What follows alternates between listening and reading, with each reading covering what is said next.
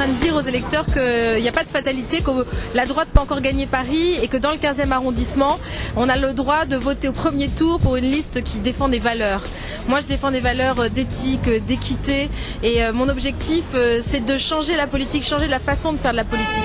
Depuis 15 jours, on voit que la droite se déchire, à l'UMP, ça donne une très très mauvaise image de la droite et il y a d'autres candidats possibles au premier tour. Au premier tour, il y a des gens comme Charles Becbédé avec Paris Libéré, comme moi sur le 15e arrondissement, qui défendent des valeurs, de l'ancrage local, la lutte contre les parachutages, la lutte contre le clientélisme, les pistons.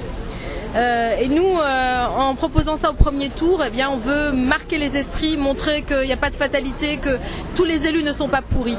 Et au second tour, bien sûr, on fera tout pour défendre la droite et pour empêcher Madame Hidalgo de conquérir le 15e. Mais au premier tour, il y a un choix sans aucun danger pour la droite. Et ça, je veux que les électeurs du 15e en soient convaincus parce que mes adversaires, le maire sortant, essayent d'effrayer les gens, de dire aux gens que je risque de faire passer la gauche dans le 15e. C'est une vraiment supercherie et c'est de l'intoxication parce qu'il n'y a aucun risque au premier tour. La droite sera au second tour. La question est de savoir aujourd'hui quelle droite vous voulez. Est-ce que vous voulez une droite qui est là depuis 31 ans, une droite qui ne cesse de dire « Ah, ce n'est pas ma faute si le 15e est sale, ce n'est pas de ma faute si l'arrondissement possède des quartiers qui sont dans l'insécurité ». Le maire d'arrondissement peut changer les choses. Le maire d'arrondissement, s'il a la volonté, peut obtenir des moyens, réunir les gens autour de la table, faire avancer les dossiers. Le maire d'arrondissement, c'est pas une potiche à Paris. C'est un mensonge de dire que le maire d'arrondissement n'a pas de pouvoir.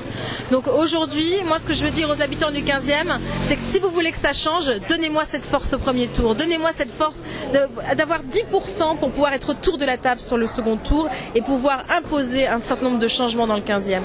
Il n'y a pas de fatalité. 31 ans à dire qu'on ne peut rien faire, ça suffit. Moi, je suis élue depuis 13 ans, j'habite l'arrondissement depuis 17 ans, je ne suis pas dans l'imposture et ce que je dis aux gens, c'est un discours de vérité. On peut changer les choses quand on en a et la volonté politique et l'audace et le courage.